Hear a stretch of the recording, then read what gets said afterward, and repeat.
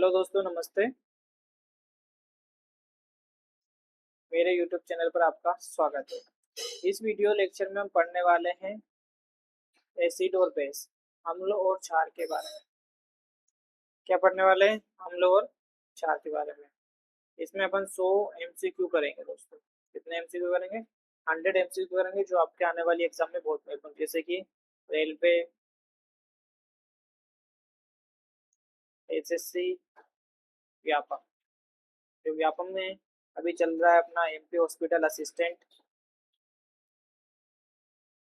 इस एग्जाम के लिए बहुत ही महत्वपूर्ण होंगे, जिसमें अपने को टॉपिक दे रखा है उन्होंने एसिड एंड बेस। तो चलते हैं दोस्तों, फर्स्ट क्वेश्चन अपना है, नींबू में कौन सा अम्ल पाया जाता है? नींबू में कौन सा अम्ल पाया जाता है? तो नींबू में पाया जाता है अपना सिट्रिक अम्ल। किसमें पाया जाता है? खट्टे पदार्थों में मुख्य रूप से कौन सा अम्ल पाया जाता है? सिट्रिक अम्ल। इसके बाद में नेक्स्ट अपना, दही में कौन सा अम्ल पाया जाता है? दही में क्या पाया जाता है? लैक्टिक अम्ल। कौन सा पाया जाता है? लैक्टिक अम्ल। नेक्स्ट क्वेश्चन है अपना, सिरके में कौन सा अम्ल पाया जाता है? सिरके में कौन सा पाया जाता है? एसिटिक अम्ल। बाद में फोर्थ क्वेश्चन पढ़ेंगे हम, चींटी के डंक में कौन सा अम्ल पाया जाता है? तो चींटी के डंक में होता है फार्मिक अम्ल। नेक्स्ट क्वेश्चन है अपना, शुद्ध जल का पीएच मान कितना होता है? तो शुद्ध जल का पीएच मान कितना होता है? 7। कितना होता है? 7। तो पीएच पैमाना कितने दिया था? सोरेनसन नाम के वैज्ञानिक ने दिया था। किसने दिया था? सोरेनसन नाम के वैज्ञानिक ने दिया था पीएच पैमाना, जिसमें 0 से लेके 14 तक होते हैं।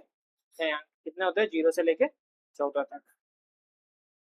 इसके बाद में अम्ल का पीएच मान कितना होता है? 7 से कम होता है। और क्षार का क्या होता है? 7 से अधिक होता है। अम्ल का पीएच मान क्या होता है? 7 से कम। और क्षार का क्या होता है? 7 से अधिक, यानी कि 14 तक। फिर नेक्स्ट क्वेश्चन है, क्षार का पीएच मान क्या होता है? देखो यहाँ पे क्वेश्चन आ गया, 7 से अधिक। नेक्स्ट क्वेश्चन है, नीला लिटमस अम्ल में किस रंग का होता है? तो नीला लिटमस अम्ल में किस रंग का हो जाता है? लाल। अगर नीला लिटमस पेपर को अगर अम्ल में डालेंगे हम, नीला लिटमस पेपर को अम्ल में डालेंगे तो कौन सा हो जाएगा? वो लाल हो जाएगा। आप ऐसे भी याद सकते हो, नीला क्या कर देगा? ला पीछे आ रहा तो इससे लाल। तो नीला लिटमस पेपर अम्ल में डाला जाएगा तो उसको कैसे कर देगा? लाल कर देगा। इसके बाद में नेक्स्ट क्वेश्चन है, लाल लिटमस क्षार में किस रंग का होता है? तो लाल लिटमस किसका होता है? नीला होता है। और नीला कैसा होता है? लाल होता है। फिर HCl का क्या नाम है? नेक्स्ट क्वेश्चन है, HCl का क्या नाम है? हाइड्रोक्लोरिक अम्ल। क्या नाम है इसका? हाइड्रोक्लोरिक अम्ल। दोस्तों, अगर ये वीडियो आपको अच्छा लग रहा है तो वीडियो को लाइक करें और चैनल को सब्सक्राइब करें। फिर नेक्स्ट क्वेश्चन हमारा, H2SO4 क्या है? तो H2SO4 क्या है अपना? सल्फ्यूरिक अम्ल। इसे अम्लों का राजा भी कहा जाता है। क्या कहा जाता है इसे? अम्लों का राजा। अम्लों का राजा किसको? H2SO4 को, जिसको बोलते हैं अपन सल्फ्यूरिक अम्ल। फिर अगला है अपना HNO3 का नाम क्या है? तो HNO3 का नाम क्या है? नाइट्रिक अम्ल। तो क्या नाम है उसका? नाइट्रिक अम्ल। फिर NaOH को उसको क्या बोलते हैं अपन? तो NaOH को अपन क्या बोलते हैं? Caustic soda. NaOH को क्या बोलते हैं अपन? Caustic soda. फिर नेक्स्ट है अपना KOH को क्या बोलते हैं अपन? तो क्या है इसको बोलते हैं? Caustic potash. NaOH इसको बोलेंगे कास्टिक सोडा। क्या बोलेंगे? KOH, ये याद रखना, इसको क्या बोलेंगे? Caustic potash. दोनों चीजें याद रखना। NaOH को क्या बोलेंगे? Caustic soda. KOH को क्या बोलेंगे? Caustic potash. फिर नेक्स्ट क्वेश्चन है, अम्ल में कौन सा आयन देते थे? अम्ल कौन सा आयन देते हैं? H+ आयन देते हैं। अम्ल कैसा आयन देते हैं? H+ ion. कौन सा आयन देते हैं? H+ ion. क्षार में कौन सा आयन देते हैं? क्षार जल में कौन सा आयन देते हैं? तो अपने को याद रखना, क्षार जल में कौन सा आयन देते हैं? OH-। कौन सा आयन देते हैं? OH-। क्षार जल में कौन सा आयन देते हैं? OH- आयन देते हैं। फिर नेक्स्ट क्वेश्चन है, अम्ल और क्षार की अभिक्रिया कहलाती है। अम्ल और क्षार मिल जाते हैं तो इस क्रिया को बोलते हैं, प्रक्रिया को उदासीनीकरण की प्रक्रिया। क्या बोलते हैं? अम्ल और क्षार की अभिक्रिया को क्या कहा जाता है? उदासीनीकरण की प्रक्रिया। फिर उदासीनीकरण अभिक्रिया से क्या बनता है? तो अपने को याद रखना, उदासीनीकरण अभिक्रिया से क्या बनता है? लवण और जल बनता है। क्या बनता है? लवण। जैसे कि NaCl+H2 आपने देखा होगा। तो उदासीनीकरण की प्रक्रिया से क्या बनता है? लवण। नमक प्लस जल H2 ये मिलता है किस प्रक्रिया से? उदासीनीकरण की प्रक्रिया से। फिर अगला बेकिंग सोडा का सूत्र क्या है? तो बेकिंग सोडा का सूत्र याद रखना अपने को NaHCO3 क्या आएगा? NaHCO3 बेकिंग सोडा जिसको अपन बोलते हैं खाने का सोडा। क्या बोलते हैं? खाने का सोडा जिसको अपन लोकल भाषा में बोल सकते हैं मीठा सोडा।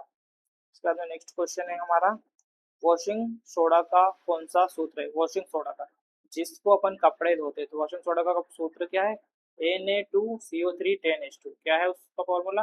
Na2CO3 10H2 क्या होता है? Na2CO3 10H2O अपने को याद रखना कितना? 10H2 जल के कितने अणु होते हैं इसमें? 10 होते हैं। अम्ल का स्वाद कैसा होता है? तो अपने को याद रखना अम्ल कैसा होता है? खट्टा। क्या होता है? अम्ल कैसा होता है? खट्टा। और क्षार कैसा होता है? कड़वा। अम्ल कैसा होता है? खट्टा। और क्षार कैसा होता है? कड़वा होता है। फिर नेक्स्ट क्वेश्चन है क्षार का स्वाद कैसा होता है? अपने को पता है कि क्षार का स्वाद कैसा होता है? कड़वा होता है। फिर नेक्स्ट क्वेश्चन है फिनोप्थिलीन अम्ल में कैसी होती है? फिनोप्थिलीन अम्ल में कैसे होती है? तो फिनोप्थिलीन अम्ल में कैसे होती है? रंगहीन मतलब कि कोई रंग नहीं होता है। नेक्स्ट क्वेश्चन है फिनोप्थिलीन क्षार में कैसी होती है? तो फिनोप्थिलीन कैसी होती है? गुलाबी। कैसी होती है? गुलाबी। मेथिल ऑरेंज अम्ल में किस रंग का होता है? मेथिल ऑरेंज रंग में किस रंग का होता है? लाल रंग का होता है। मेथिल ऑरेंज अम्ल में किस रंग का होता है? लाल रंग का होता है जिसे अपन बोलते हैं रेड। फिर नेक्स्ट क्वेश्चन है मेथिल ऑरेंज क्षार में किस रंग का होता है? मेथिल ऑरेंज क्षार में किस रंग का होता है? पीला रंग का होता है। किस रंग का होता है? पीला रंग का। दोस्तों वीडियो आपको अच्छा लग रहा है तो वीडियो को लाइक करें और चैनल को सब्सक्राइब करें। नेक्स्ट क्वेश्चन अपना लिटमस किससे प्राप्त होता है? तो लिटमस किससे प्राप्त किया जाता है? लाइकेन से। लिटमस को किससे प्राप्त किया जाता है? लाइकेन से। किससे प्राप्त किया जाता है? लाइकेन से। अब अपने को नेक्स्ट क्वेश्चन है दूध का पीएच मान कितना होता है? अपने को याद रखना दूध का पीएच मान कितना होता है? 6.6। दूध का पीएच मान कितना होता है? 6.6। फिर नेक्स्ट क्वेश्चन है मानव रक्त का पीएच मान कितना होता है? 7.4 सभी को पता है कितना होता है? 7.4। फिर नेक्स्ट क्वेश्चन है पेट में कौन सा अम्ल पाया जाता है? पेट में हाइड्रोक्लोरिक अम्ल पाया जाता है। फिर अपच की स्थिति में कौन सी दवा दी जाती है? जब अपने को अपच हो जाती है तो कौन सी दवा देते हैं? एंटासिड। कौन सी दवा दे दी थी अपने को? एंटासिड। फिर के मिल्क ऑफ मैग्नीशिया का सूत्र कौन सा है? अपने को याद रखना मिल्क ऑफ मैग्नीशिया MgOH का होल ट्वाइस। क्या है? MgOH का होल ट्वाइस। नेक्स्ट क्वेश्चन है अम्ल धातु से अभिक्रिया कर कौन सी गैस बताते हैं? जब अम्ल किसी धातु से अभिक्रिया करते हैं तो कौन सी गैस बनाते हैं? वो हाइड्रोजन गैस बनाते हैं। कौन सा? Hydrogen gas. अपने को अम्ल जब भी धातु से अभिक्रिया करते हैं तो हाइड्रोजन गैस बनाते हैं। जिंक प्लस HCl कौन सी गैस निकालते हैं? तो zinc plus H hydrogen gas निकालते हैं। देखो तो नेक्स्ट में अम्लीय वर्षा का पीएच मान कितना होता है? तो अम्लीय वर्षा का पीएच मान कितना होता है? 5.5 से कम या 5.6 से क्या होता है? कम होता है। फिर नेक्स्ट में अम्लीय वर्षा का मुख्य कारण क्या है? तो अम्लीय वर्षा का मुख्य कारण क्या? सल्फर डाइऑक्साइड और नाइट्रोजन डाइऑक्साइड। क्या होता है? सल्फर डाइऑक्साइड और नाइट्रोजन डाइऑक्साइड जो अम्लीय वर्षा का मुख्य कारण है। फिर नेक्स्ट क्वेश्चन है बेकिंग सोडा का रासायनिक नाम क्या? बेकिंग सोडा जिसको बोलते हैं अपन खाने का सोडा तो किस क्या नाम है इसका? Sodium bicarbonate. बेकिंग सोडा का रासायनिक क्या नाम क्या है? Sodium bicarbonate. अपने को बाई से याद रखना सोडियम बाइकार्बोनेट। फिर नेक्स्ट क्वेश्चन है वॉशिंग सोडा का रासायनिक नाम क्या है? तो वॉशिंग सोडा का सोडियम कार्बोनेट। खाने का सोडियम बाइकार्बोनेट और वॉशिंग सोडा कार्बोनेट। फिर टूथपेस्ट प्रकृति में होता है जो टूथपेस्ट होते हैं कौन सी कैसे होते हैं प्रकृति में? क्षारीय प्रकृति के। जो टूथपेस्ट हम यूज करते हैं ब्रश करने में वो कौन से होते हैं? क्षारीय प्रकृति में होते हैं। फिर नेक्स्ट है दांतों का छेद कितने से शुरू होता है? दांतों का छेद 5.5। अगर दांतों का इनेमल का पीएच मान 5.5% से कम हो तो दांतों का छेद स्टार्ट हो जाता है। फिर सबसे प्रबल अम्ल का पीएच मान कितना होता है? 0 से 1 के बीच। कितना होता है? 0 से 1 के बीच। प्रबल क्षार का पीएच मान कितना होता है? प्रबल क्षार सबसे अधिक तो 14 होगा। नेक्स्ट क्वेश्चन है अपना HCl किस प्रकार का अम्ल है?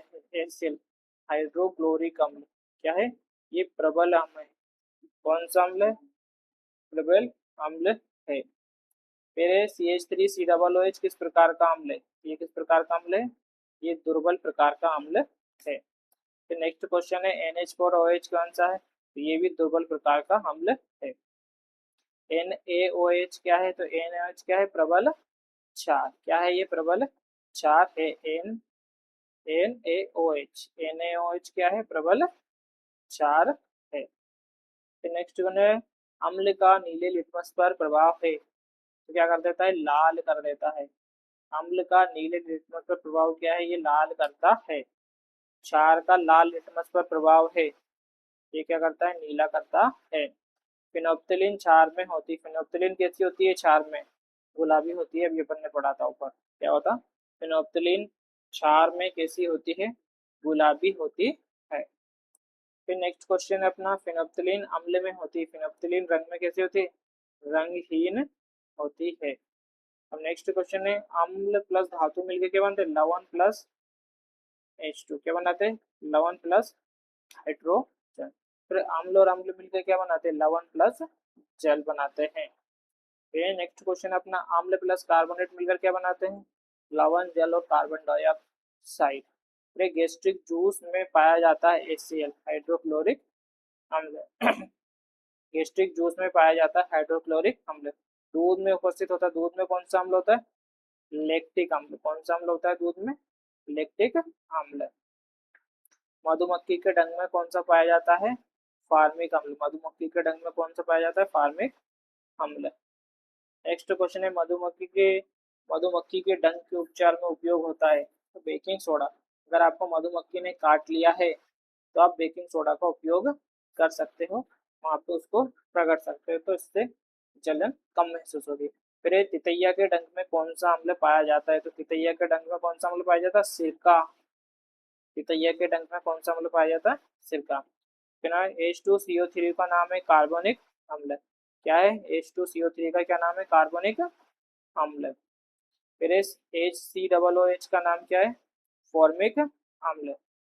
ये वीडियो दोस्तों अगर आपको अच्छा लगा तो वीडियो को लाइक करें और चैनल को सब्सक्राइब करें। फिर नेक्स्ट क्वेश्चन है अम्लों का राजा आयन देता है, मतलब कि H2SO4 कौन सा आयन देता है? H प्लस आयन देता है। कौन सा आयन देता है अम्लों का राजा? H plus ion H2SO4।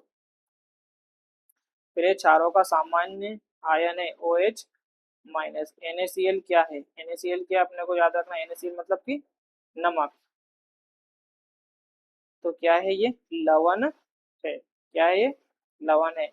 KOH का नाम क्या? Potassium hydroxide. क्या है?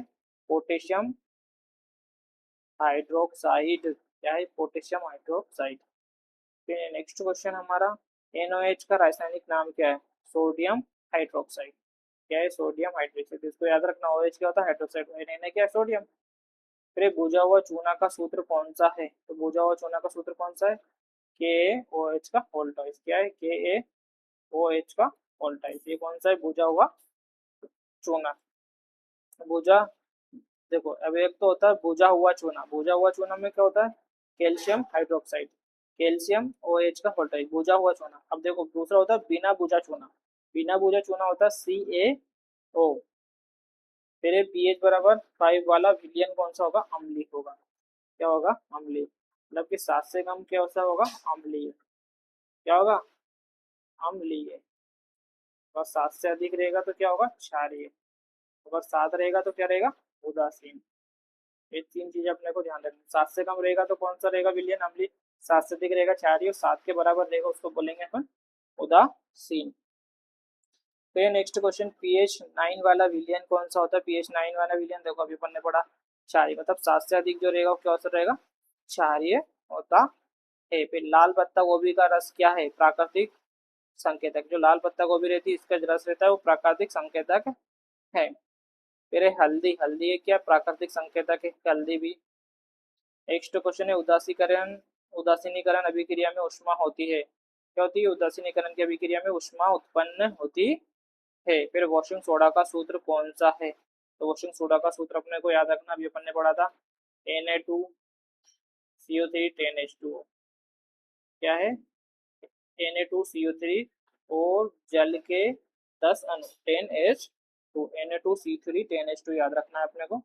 फिर बेकिंग सोडा का सूत्र क्या है, तो NaOH CO3। अम्लीय वर्षा में मुख्य गैस कौन सी होती है, कौन सी होती है, दोनों, सल्फर डाइऑक्साइड और नाइट्रोजन डाइऑक्साइड। फिर नेक्स्ट है दांतों का छेद शुरू होता है अगर 5 पॉइंट से अपना इनेमल 5 पॉइंट से 5 हो जाता है कम, इससे दांतों का इनेमल शुरू हो जाता है।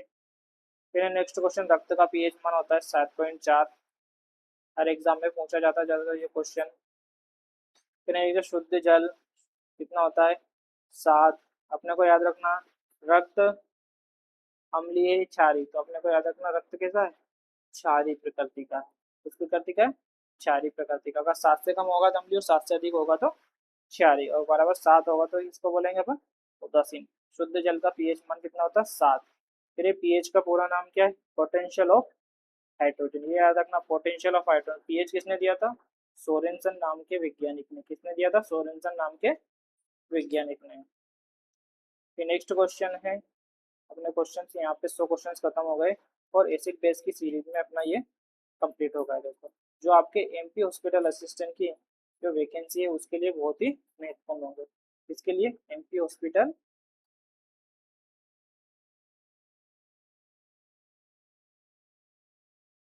असिस्टेंट की जो वैकेंसी के लिए, इसमें अपने को एसिड एंड बेस का टॉपिक दिया है। किसका दिया है, एसिड एंड बेस का। पहली वीडियो आपने पूरा देख लिया तो इसमें से एक भी क्वेश्चन बाहर नहीं जाएगा। जो ज्यादातर क्वेश्चन हमने पीवाईक्यू क्वेश्चन लिए हैं जो कि रेलवे, व्यापम, एसएससी ज्यादातर हर जगह पर पूछे गए। दोस्तों ये वीडियो अगर आपको अच्छा लगा तो चैनल को लाइक करें और वीडियो को सब्सक्राइब करें।